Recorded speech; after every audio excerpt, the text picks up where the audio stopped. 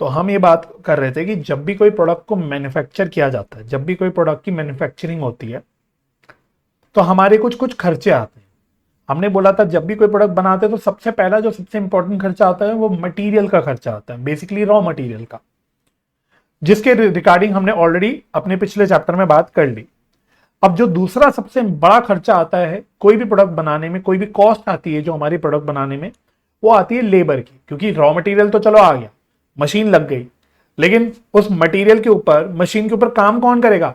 Workers काम करेंगे, employees काम करेंगे, ठीक है। तो लेबर जिनको हम बोलते हैं वो काम करेंगे। तो फैक्ट्री के अंदर लेबर काम करती है, तो उस लेबर के ऊपर जो कॉस्ट होती है वो भी तो एक इंपॉर्टेंट एलिमेंट ऑफ कॉस्ट बन गई। मटीरियल ही थोड़ी है कि अकेली एलिमेंट होनी चाहिए। जो लेबर काम कर रही है वो भी हमारे लिए एक इंप्लॉई, जो कॉस्ट है बेसिकली वो भी हमारे लिए एक part of element of cost हो गया। तो अब इस चैप्टर में या इस पार्ट में रादर हम लोग बात करेंगे लेबर की कॉस्ट की। भाई अब लेबर की कॉस्ट कैसे निकाली जाती है, कैसे काम किया जाता है, क्या क्या इसमें बातें होती है, क्या क्या इसमें बारीक पॉइंट्स होते हैं कि भाई हमें लेबर कॉस्ट कितनी लेनी है। ऐसा सोचते तो आसान लगता है, सिंपल तो ऐसा लेबर कॉस्ट। आपको पता है कि लेबर दिन का कितना दिहाड़ी लेता है, घंटे का कितना हिसाब लेता है, वो देख लो सर कि कोई आइटम बनाने में कितना टाइम लग रहा है, उसकी आप देख लो उस हिसाब से कि उतने जितने भी घंटे लगे हैं उसके हिसाब से उसकी लेबर की कॉस्ट कितनी आती है। लेकिन बात इतनी सिंपल नहीं होती, बहुत सारे सवाल आ जाते हैं भाई कि लेबर है तो भाई लेबर की कॉस्ट में क्या क्या लेना है, क्या नहीं लेना। हमने मटेरियल में लॉसेस की बात करी थी, तो भाई लेबर में भी लॉसेस होते हैं, लेबर के केस में भी लॉसेस होते हैं। लॉसेस कैसे? वो वाले नहीं कि कोई लेबरर का लॉस हो गया, नहीं, टाइम का नुकसान होता है। जो काम करते हैं इंसान, भाई हम पढ़ाई करते हैं, पढ़ाई करते वक्त हम खुद कितना टाइम किल करते हैं।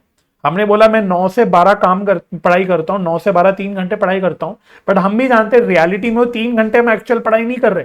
3 घंटे में से मानो आधा घंटा तो हम बर्बाद कर रहे हैं, तो हम एक्चुअली में 2.5 घंटे पढ़ाई कर रहे हैं। लेकिन मैं दुनिया को बता रहा हूं मैं 3 घंटे पढ़ाई कर रहा हूं। सारी दुनिया झूठ बोलती है, सारी दुनिया बोलती है अरे सीए क्लियर करने के लिए हमने पता है कितने 17 घंटे पढ़ाई करी। कोई अगर 17 घंटे पढ़ाई कर रहा है तो कोई कंटिन्यूस 17 घंटे पढ़ाई नहीं कर सकता। वो 17 घंटे में कम से कम 2-3 घंटे बर्बाद हुए होंगे, अनप्रोडक्टिव निकले होंगे। लगा होगा हमको कि हम पढ़ाई कर रहे थे, बट एक्चुअली में कोई पढ़ाई हुई नहीं होगी उस टाइम पे। तो भाई जब टाइम की बात आती है कि भाई जब मैनुअल इंटरवेंशन की बात आती है, कोई कोई मैनुअल काम कर रहा है, तो वहां पे टाइम का नुकसान हो सकता है और होता ही है। ब्रेक्स लेने पड़ते हैं। हम 17 घंटे अगर पढ़ाई कर रहे हैं तो ऐसा नहीं कि 17 घंटे कंटिन्यूस पढ़ाई करेंगे, हम बीच में ब्रेक लेंगे, लंच के ब्रेक लेंगे, स्नैक्स के ब्रेक लेंगे, किसी भी प्रकार के ब्रेक लेंगे, नहाने के लिए ब्रेक लेंगे। तो इसलिए यहाँ पे बारीक बारीक कुछ इंपॉर्टेंट पॉइंट्स आ जाते हैं जिसको हमें पता होना चाहिए कि हमें डील कैसे करना है। ठीक है जी। तो बस इस चैप्टर में हम सीखेंगे सिंपली स्पीकिंग कि भाई इंप्लॉय की लेबर की जो कॉस्ट है, जो हमारा second main element of cost होता है इंप्लॉय का, लेबर का, वर्कर का, वो कैसे निकाला जाता है। तो बस लिखना शुरू करो मेरे साथ साथ। तो कॉन्सेप्ट में ही आना है ऑफ कोर्स आपको, लिखना मेरे साथ शुरू करना है। तो फर्स्ट एरो डाल के इसमें लिखो employee cost. Employee cost includes, क्या क्या इंक्लूड होता है इसमें इंप्लॉय कॉस्ट में? बेनिफिट्स पेड या पेबल बाय कंपनी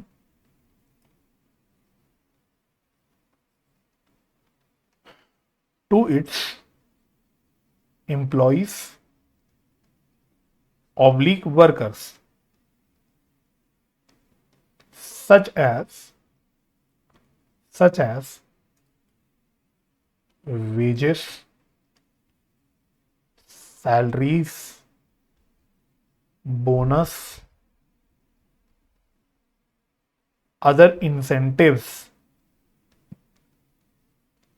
है ना, एटसेट्रा। मतलब इंप्लॉय को, वर्कर्स को जो भी आप बेनिफिट दे रहे हो वो इंप्लॉय कॉस्ट के अंदर आता है। आप अपने अकाउंट्स में कंपनीज का शेड्यूल 3 का पीएनएल बनाते हो तो उसमें आप एक हेड लेते हो ना, इंप्लॉय बेनिफिट एक्सपेंस। तो अपने अंडरस्टैंडिंग के लिए ये सोच लो भाई, हाँ हम जो शेड्यूल 3 में इंप्लॉय बेनिफिट एक्सपेंस के अंदर जो भी खर्चे लेते हैं, जो भी हम वहां पे खर्चे लेते हैं, वो सब यहाँ पे लेबर कॉस्ट या इंप्लॉय कॉस्ट का पार्ट बनते हैं। सेम बात समझ आ गई? तो याद करना, हम वहां पे इंप्लॉय बेनिफिट एक्सपेंस में सैलरीज भी लेते थे, वेजेस भी लेते थे, अगर कोई बोनस वगैरह दिया हमने एम्प्लॉइज को वो भी लेते थे, यहां तक कि अगर इंप्लॉयर अपने कोई कंट्रीब्यूशन करता है, प्रोविडेंट फंड में कोई कंट्रीब्यूशन वगैरह करते हैं तो वो भी लेते थे, कोई अलाउंस वगैरह दिया जाता है वो भी लेते थे। कोई भी प्रकार का एडिशनल कुछ भी मतलब बेनिफिट अगर आप देते हो, आप इवन अगर मेडिकल का बेनिफिट दे रहे हो अपने इंप्लॉइज को, उनको मेडिकल इंश्योरेंस करा के दे रहे हो अपने इंप्लॉइज का, वो भी आप इंप्लॉय के बेनिफिट के लिए खर्चा कर रहे हो। तो ये सब खर्चे जो हैं वो इंप्लॉय कॉस्ट यानी लेबर कॉस्ट के अंदर इंक्लूड हो जाते हैं। तो इसका मतलब मैं आपसे वही कह रहा था कि लेबर कॉस्ट का मतलब वो नहीं है कि सिर्फ जो आप नॉर्मल एक नॉर्मल रेट पे अपने वर्कर्स को दे रहे हो, इसके अलावा अगर आप मानो उनका पीएफ वीएफ में कुछ कंट्रीब्यूशन करते हो, कुछ और उनको बोनस देते हो, ये सारी चीजें इंप्लॉय कॉस्ट का ही पार्ट बनती है। ठीक है, यस सर, ये बात हमें समझ आ गई। नेक्स्ट एरो लिखो, it is charged to a cost object as labor cost. It is charged to a cost object as labor cost. इसीलिए पुराने जमाने में लोग इसको लेबर कॉस्टिंग ही बोलते थे। क्यों? क्योंकि इंप्लॉय कॉस्ट में हम जो भी चीजें लेते हैं वो अल्टीमेटली हम लोग पार्ट ऑफ लेबर कॉस्ट ही दिखाते हैं। मटीरियल, लेबर, अदर एक्सपेंसेस, यही होता है ना main, material, labour, other expenses. तो जो लेबर वाला एलिमेंट है उसमें हम लोग सारी इंप्लॉय कॉस्ट का जो भी एलिमेंट होता है, जो भी हम उसमें इंक्लूड करते हैं, वो सब लेबर कॉस्ट में डाल देते हैं। ठीक है, ये बात तो समझ आ गई। लेकिन अब देखो, मैंने यहाँ पे एक टर्म यूज किया कॉस्ट ऑब्जेक्ट, तो अब आपको यही करना है इस सब्जेक्ट में, धीरे धीरे धीरे आपको ये छोटी छोटी बातें साथ साथ सीखनी है। ये टर्म आपको बहुत बार दिखेगी इस सब्जेक्ट में। क्या? Cost object. What is the meaning of cost object? इस सब्जेक्ट की अच्छी बात है कि टर्म सुनने में ऐसा लगता है कि पता नहीं क्या चीज हो गई कॉस्ट ऑब्जेक्ट, लेकिन मतलब इनका बहुत ही लॉजिकल होता है। तो इसी में आप नीचे स्टार डाल के लिख लो, कॉस्ट ऑब्जेक्ट का क्या मतलब होता है। Cost object, any item, product, activity, job, department etc. for which cost is calculated, for which cost is calculated.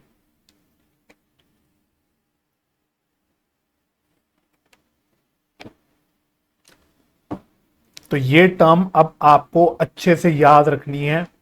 तो साथ साथ जहां भी मौका लगेगा हम इन चीजों को भी समझते रहेंगे कि भाई चैप्टर की बात, मेन बात तो समझनी है, साथ में इन छोटी छोटी बातों को भी समझना है हमें इस अपने कोर्स में, इस सब्जेक्ट में, कि कॉस्ट ऑब्जेक्ट क्या आता है, क्योंकि इसका जिक्र कई बार आएगा। तो you should know the meaning of cost object. तो कॉस्ट ऑब्जेक्ट क्या है? कुछ नहीं है भाई, किसी भी चीज के लिए जिसके लिए आपको कॉस्ट निकालनी है वो कॉस्ट ऑब्जेक्ट है। वो कुछ भी हो सकती है। मैंने बोला मुझे इस कैलकुलेटर की कॉस्ट निकालनी है, तो मेरे लिए कैलकुलेटर कॉस्ट ऑब्जेक्ट हो गया। मैंने बोला अरे नहीं, मुझे अपने स्टूडेंट्स को मैं कॉस्टिंग पढ़ा रहा हूं, उसको पढ़ाने की क्या कॉस्ट आएगी, तो ये मेरे लिए एक जॉब है। आपको एक पर्टिकुलर कोर्स कराना, अकाउंट्स पढ़ाना, मैंने एडवांस अकाउंट्स पढ़ाया आपको, वो मेरे लिए एक अलग जॉब है। अब आपको मैं कॉस्ट अकाउंटिंग पढ़ा रहा हूं, वो मेरे लिए अलग जॉब है। तो एडवांस अकाउंट जो पढ़ा रहा हूं उसको पढ़ाने की क्या कॉस्ट आएगी, तो वो एक अपने आप में कॉस्ट ऑब्जेक्ट बन गया। मैं कॉस्ट अकाउंटिंग पढ़ा रहा हूं, उसको पढ़ाने में मेरी क्या कॉस्ट आएगी, वो मेरा एक अलग कॉस्ट ऑब्जेक्ट बन गया। मैंने बोला मैं अपनी क्लाइंट को कोई सर्विस दे रहा हूं, मैं उनकी इनकम टैक्स रिटर्न भर रहा हूं, या मैं अपनी किसी कंपनी का या किसी क्लाइंट का ऑडिट कर रहा हूं, वो मेरे लिए अलग जॉब है। तो वो मेरा एक, उसकी कॉस्ट मैं निकालना चाहता हूं, ऑडिट कर रहा हूं तो उसकी कॉस्ट क्या आएगी, या मैं इनकम टैक्स रिटर्न फाइल करता हूं, भरता हूं अपनी क्लाइंट की, उसकी क्या कॉस्ट आएगी, वो एक अलग कॉस्ट ऑब्जेक्ट है। कोई बिल्डर है, बिल्डर को काम मिला कि उसको एक ब्रिज बनाना है, एक बिल्डर को काम मिला कि उसको यहां से वहां ब्रिज बनाना है, तो ब्रिज बनाने की क्या कॉस्ट आएगी, वो एक अपना कॉस्ट ऑब्जेक्ट है। तो cost object means nothing, it means कोई भी ऐसी चीज जिसकी आपको कॉस्ट निकालनी है। वो कुछ भी हो सकता है, वो कोई आइटम हुआ, कोई प्रोडक्ट जो आप बना रहे हो वो हुआ, कोई एक्टिविटी आप कर रहे हो स्पेसिफिक, उसकी कॉस्ट हो गई, जॉब कोई आपको मिली है करने की, उसको करने की कॉस्ट आएगी, कोई डिपार्टमेंट पर्टिकुलर हमने बोला इस डिपार्टमेंट की क्या कॉस्ट आएगी। तो आप जिस भी चीज के लिए कॉस्ट निकालते हो बस उसको हम बोलते हैं कॉस्ट ऑब्जेक्ट। आप भी सोचते हो ना कि अच्छा सर हम सीए करेंगे तो सीए करने में हमारी टोटल कितनी कॉस्ट आएगी। तो आपके मन में सीए का कोर्स करना ये अपने आप में एक कॉस्ट ऑब्जेक्टिव है। कोई स्टूडेंट बोलता है नहीं सर हम अलग अलग देखेंगे, सीए फाउंडेशन की अलग क्या फीस आएगी करने की, सीए इंटर की क्या आएगी, फाइनल की क्या आएगी, वो एक अलग कॉस्ट ऑब्जेक्ट है ना। तो cost object means any item, कोई भी प्रोडक्ट, कोई भी सर्विस, जॉब, एक्टिविटी जिसके लिए आप कॉस्ट निकालना चाहते हो। कोई प्रोसेस भी हो सकता है कि आप इस पर्टिकुलर प्रोसेस को कैरी आउट करते हो, उसकी क्या कॉस्ट आएगी, उसको हम बोलते हैं कॉस्ट ऑब्जेक्ट। और हमने बोला कि इंप्लॉय कॉस्ट बेसिकली जो भी हम निकालते हैं उसको हम अपने पार्ट ऑफ कॉस्ट ऑब्जेक्ट में इंक्लूड कर देते हैं, मतलब हम अपने कॉस्ट ऑब्जेक्ट में चार्ज कर देते हैं, बस इसको हम बोलते हैं कॉस्ट ऑब्जेक्ट। ठीक है जी, यस सर, आई थिंक इस बात में आपको कोई शक नहीं रहा होगा। तो एक नेक्स्ट हेडिंग डालना, छोटे छोटे पॉइंट्स हैं। Calculation of employee cost. तो इंप्लॉय कॉस्ट कैसे निकाली जाती है, तो ये लिखना मेरे साथ साथ, calculation of employee cost.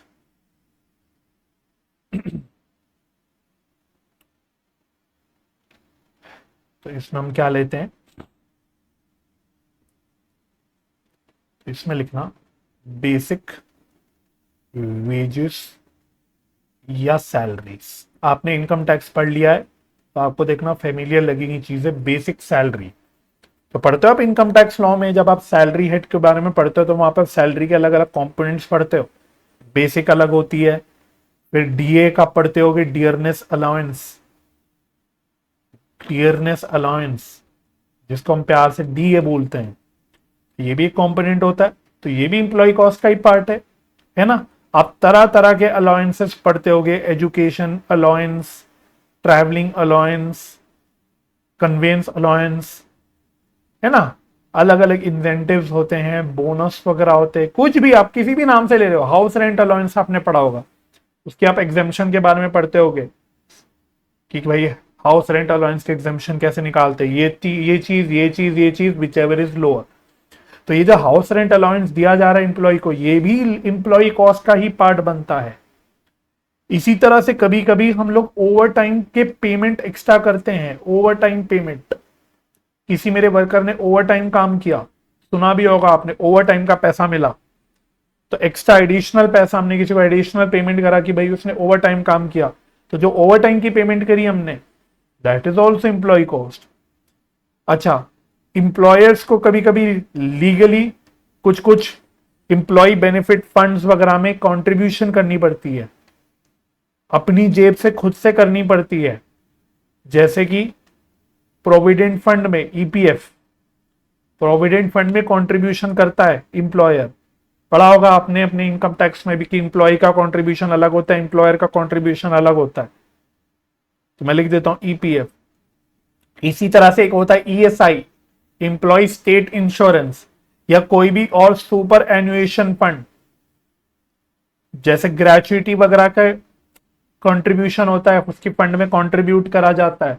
Gratuity कहां से दी जाती है एम्प्लॉय को, आपने पढ़ा होगा ग्रेचुइटी के बारे में, रिटायरमेंट पे जो दी जाती है। ग्रेचुइटी कहां से देती है, वो भी तो एम्प्लॉयर अपनी जेब से ही देता है ना, कंपनी अपनी जेब से ही देती है। तो उनके लिए सब कॉस्ट है, ये सब उनके लिए एम्प्लॉय की कॉस्ट है। या फिर आपने कोई अदर बेनिफिट दिए, कोई भी अदर बेनिफिट दिया, लीव विद पे, आपने छुट्टी दी एम्प्लॉय को, लेकिन उस छुट्टी के दिन के पैसे दिए आपने, इवन तो उसने काम नहीं किया। या आपने सुना होगा एलटीए के बारे में, सुना होगा एलटीसी या एलटीए के नाम से सुना होगा, लीव ट्रैवल अलाउंस, है ना। या फिर आपने कोई और मेडिकल के बेनिफिट्स दिए, मेडिकल इंश्योरेंस करवाई, मैंने बोला था एम्प्लॉय की। तो बहुत सारी बड़ी कंपनीज कॉर्पोरेट्स होती हैं, वो अपने एम्प्लॉयज की मेडिकल की भी फैसिलिटी देती है, ये हो गया। या फिर आपने कोई फ्री मील दिया, बहुत सारी कंपनीज ऐसी होती है, बोलती है यार जो वर्कर्स ना 7-8 बजे से ज्यादा बैठे होंगे ना, उनको फ्री में डिनर कराया जाएगा, वो फ्री में डिनर प्रोवाइड करती है ना। या फिर चाय कॉफी तो दी ही जाती है यार, अब बड़ी कंपनी में जाओ, छोटी में जाओ, आप काम करने जाओगे, आपको चाय कॉफी तो मिलेगी फ्री में। तो ये सारे खर्चे किसके लिए हो रहे हैं, एम्प्लॉय के लिए हो रहे हैं, वर्कर्स के लिए हो रहे हैं। तो सब एम्प्लॉय कॉस्ट का पार्ट बनते हैं। मतलब आपको, आई होप मेरी बात समझ आ गई होगी कि everything is included in employee cost, और ये सब आपको ultimately as a part of labour cost charge करना होता है। ठीक है, ये बात आई होप सो क्लियर होगी पहले। चलो तो छोटी छोटी बातें हैं, करते चलो मेरे साथ साथ। अगला टर्म लिखना डायरेक्ट एंड इनडायरेक्ट एम्प्लॉई या लेबर कॉस्ट। तो ठीक है, तो हेयर ऑनवर्ड समझ जाना, चाहे हम इंप्लॉय कॉस्ट बोले चाहे हम लेबर कॉस्ट बोले, बात एक ही है। तो याद करना, जब हमने मटेरियल कॉस्ट पढ़ा था, हमने जब मटेरियल कॉस्ट पढ़ा था तो मटेरियल कॉस्ट में हमने दो तरह की मटेरियल की कॉस्ट बोली थी, या दो तरह के मटेरियल में हमने सेग्रीगेशन करी थी। एक हम बोलते थे डायरेक्ट मटेरियल, एक हम बोलते थे इनडायरेक्ट मटेरियल। डायरेक्ट मटेरियल हम वो मटेरियल बोलते थे जो हम डायरेक्टली एट्रीब्यूट कर सकते हैं अपने फाइनल प्रोडक्ट पे, और हम इनडायरेक्ट मटेरियल बोलते थे वो मटेरियल जो हम डायरेक्टली एट्रीब्यूट नहीं कर सकते, यानी वो मटेरियल जिसमें हम लोग फाइनल प्रोडक्ट और रॉ मटेरियल के बीच में डायरेक्ट रिलेशन बिठा सकते हैं कि इतना फिनिश गुड बनाने के लिए इतना मटेरियल लगेगा, उसको हम लोग बोलते थे डायरेक्ट मटेरियल। और वो मटेरियल जो यूज होता तो था, लेकिन उसमें हम डायरेक्ट रिलेशन नहीं बिठा सकते थे कि भाई कितना मटेरियल लगेगा एक फिनिश गुड बनाने में, उसको हम बोलते थे इनडायरेक्ट मटेरियल। बात समझ में आ गई? तो सेम सेग्रीगेशन, सेम बात लेबर कॉस्ट में भी होती है, सेम बिल्कुल डिट्टो सेम बात। तो अब हम यहां बोलेंगे एक होता है direct employee cost, direct employee cost, एक हम बोलेंगे इनडायरेक्ट इंप्लॉई कॉस्ट।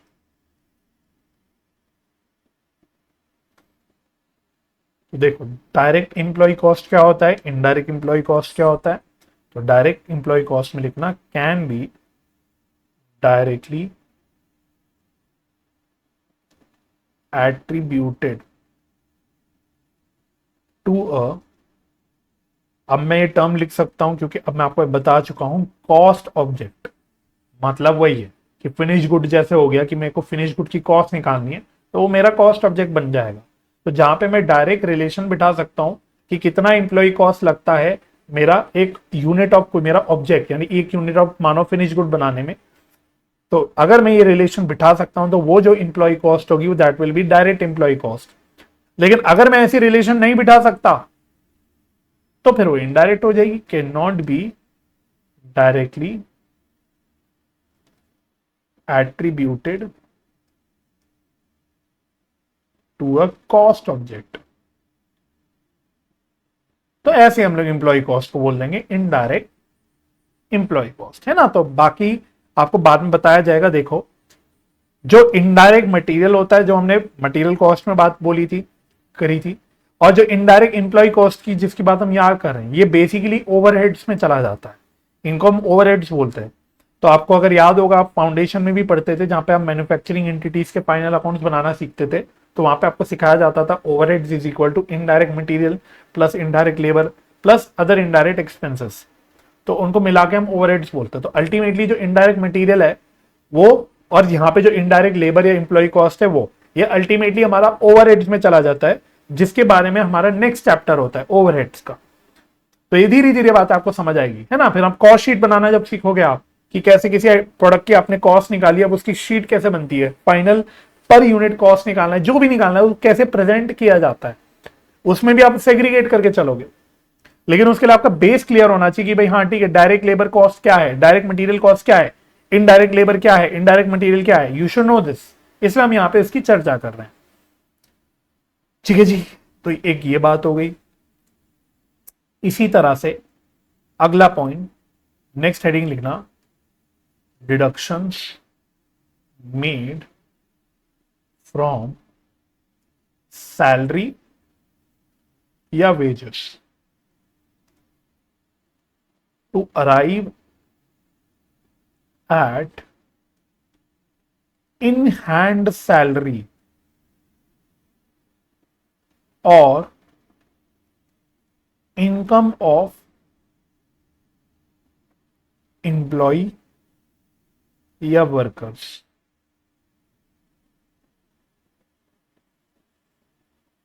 चलो तो ये हेडिंग लिखो डिडक्शंस। तो बेसिकली मतलब मैं किसकी बात करने वाला हूं, यहां पे कुछ डिडक्शंस की बात कर रहा हूं, लेकिन मैंने कुछ टर्म यूज करी, इन हैंड सैलरी, इन हैंड सैलरी। ठीक है जी। तो पहले मैं मतलब बता देता हूं क्या मतलब है इसका, क्योंकि अब आप इनकम टैक्स पढ़ चुके तो आप ज्यादा लिंक अच्छे से कर पाओगे, है ना। मानो मानो मैंने बोला कि मैंने एक जॉब ज्वाइन करी जहां पे मेरे को पर मंथ की जो सैलरी मिलती है वो 50,000 मिलती है। तो एज पर एग्रीमेंट हमारा जो हुआ है वो हुआ है कि सैलरी जो मेरी बनेगी वो 50,000 पर एनम बनेगी, 50,000 पर एनम बनेगी। ठीक है, ये हमारा मेन एग्रीमेंट हुआ है। लेकिन अब समझना बात प्रैक्टिकली क्या होता है।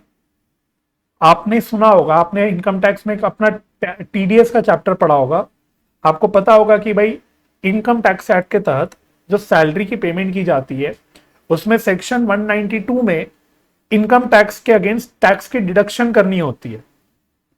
तो प्रैक्टिकली आप कल को जब जॉब जाओगे तो होगा आपके साथ भी यही, आपको बोला जाएगा कि भाई आपकी सैलरी 50,000 पर मंथ है, लेकिन जब सैलरी आने की बारी आएगी, आपके अकाउंट में आने की बारी आएगी, तो आपको बोला जाएगा देखो भाई 50,000 की सैलरी तो थी, लेकिन इसमें आपका टीडीएस कट गया, आपका इनकम टैक्स कट गया। टीडीएस मींस इनकम टैक्स, जो आपने पढ़ रखा होगा, मे बी सेक्शन 192 के अंदर कटता है। तो मानो इसमें से आपका 4,000 रुपए का इनकम टैक्स कट गया।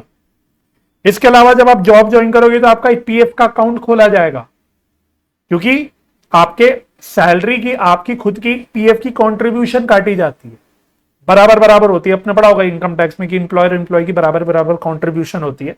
जनरली वो लगभग 10-12% के आसपास होती है, लेटेस्ट मुझे पता नहीं। लेकिन मानो आपकी सैलरी में दिखा आपको कि भाई 12% का तो आपका ईपीएफ का पीएफ का कंट्रीब्यूशन काट दिया, तो अगर 50,000 का 12% आप निकालने जाओगे तो आई थिंक ये आएगा 6,000 के आसपास, 6,000 रुपए।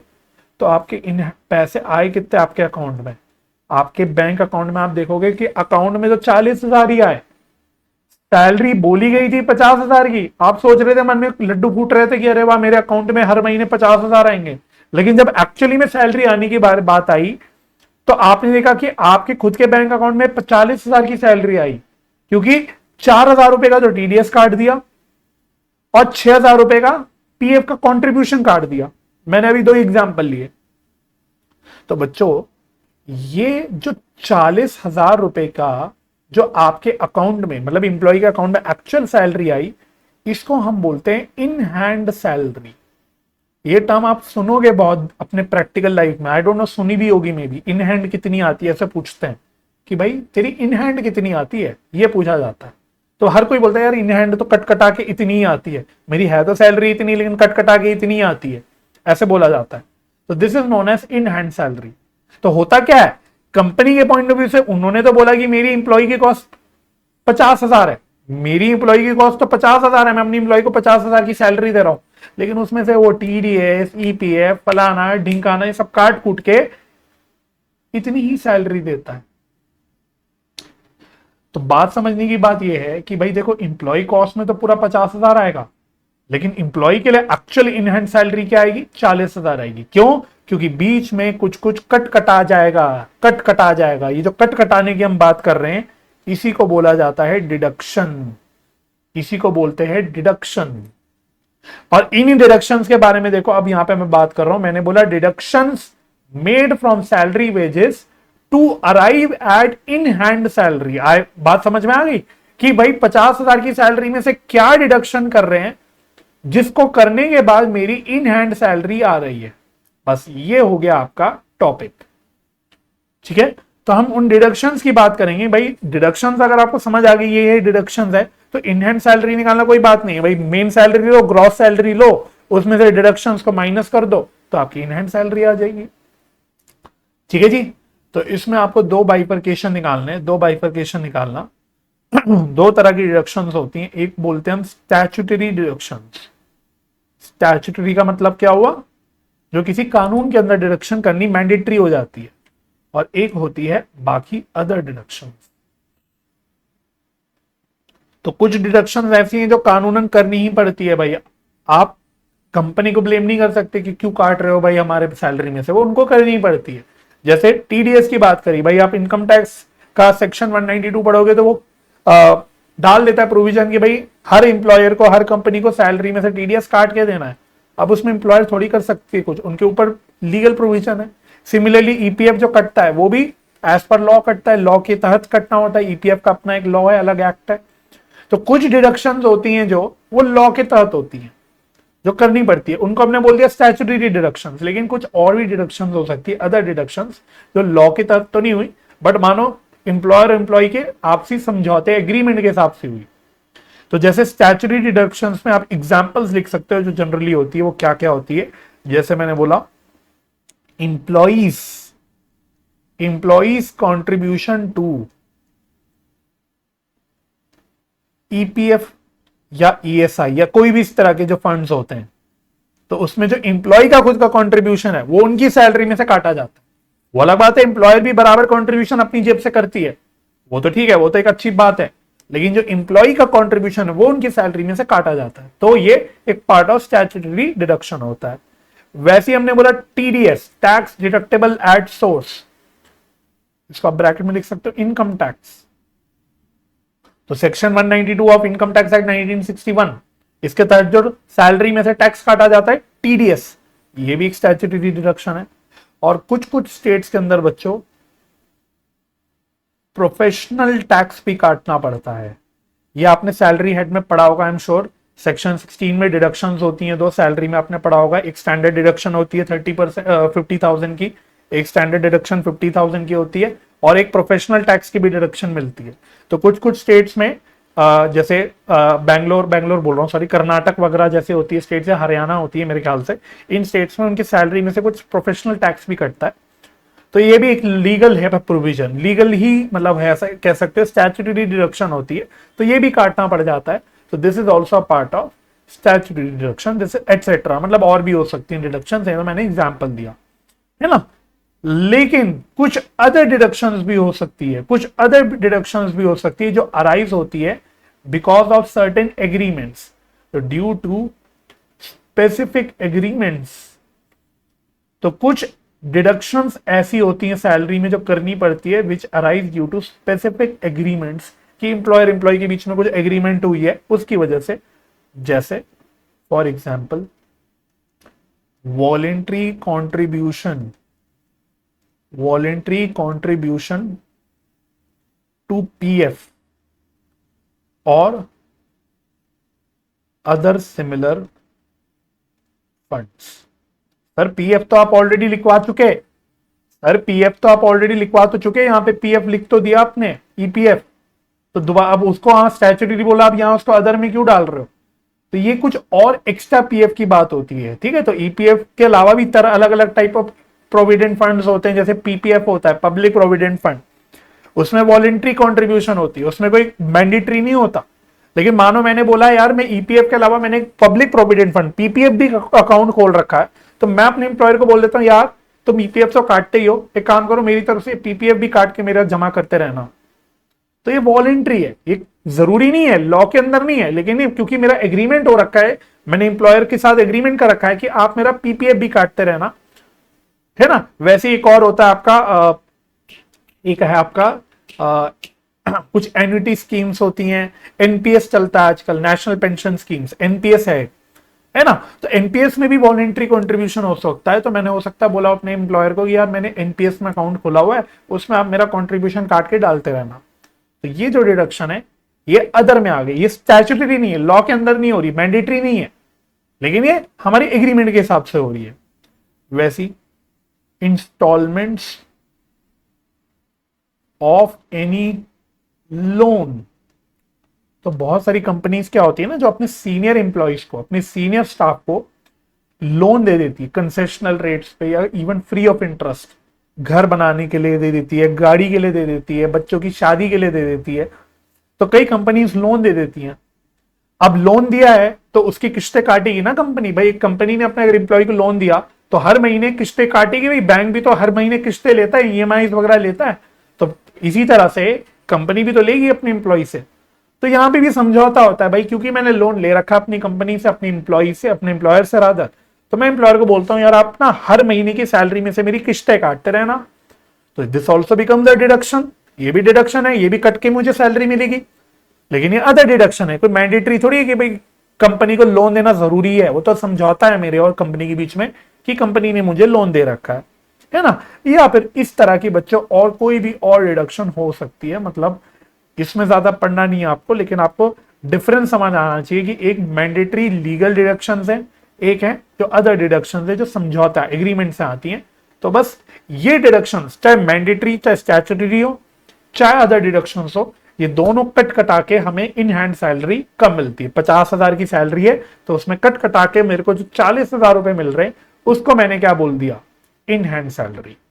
ठीक है, तो मैं लिख देता हूं इन हैंड सैलरी का मतलब यहां पे लिख देता हूं ऐसे स्टार डाल के कि इन हैंड सैलरी की जो हम बात कर रहे थे, इट मींस नथिंग बट, मैंने बोला ग्रॉस सैलरी जो भी मेरी बनती है, ग्रॉस सैलरी माइनस डिडक्शंस, और वो चाहे कोई भी हो, चाहे स्टैट्यूटरी हो चाहे अदर हो, कोई भी डिडक्शंस हो, वो करने के बाद जो इन पैसा मिलता है, जो सैलरी आती है, उसको हम लोग बोलते हैं इन हैंड सैलरी। इसी को हमारी क्वेश्चन में कभी कभी इनकम बोल दिया जाता है कि बताओ इनकम कैलकुलेट करो, इंप्लॉय की इनकम कैलकुलेट करो। तो ऑल द इनकम तो पूरी है उनकी, इनकम टैक्स एक्ट में तो सब कुछ इनकम में लेना पड़ता है, लेकिन यहां पर इनकम का मतलब एक्चुअल होता है कि भाई एक्चुअल इन हैंड कितना आ रहा है पैसा, उसको कभी कभी कैलकुलेट भी करा देता है क्वेश्चन।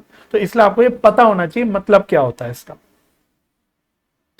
ठीक है जी, समझ आ गई यहां तक बात? यहां तक कोई डाउट है पहले बताओ, यहां तक एनी डाउट?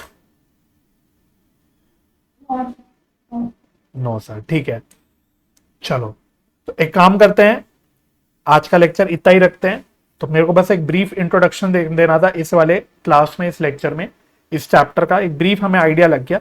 तो धीरे धीरे हम अपनी बातों को अपनी अगली क्लास में आगे बढ़ाएंगे। ठीक है जी।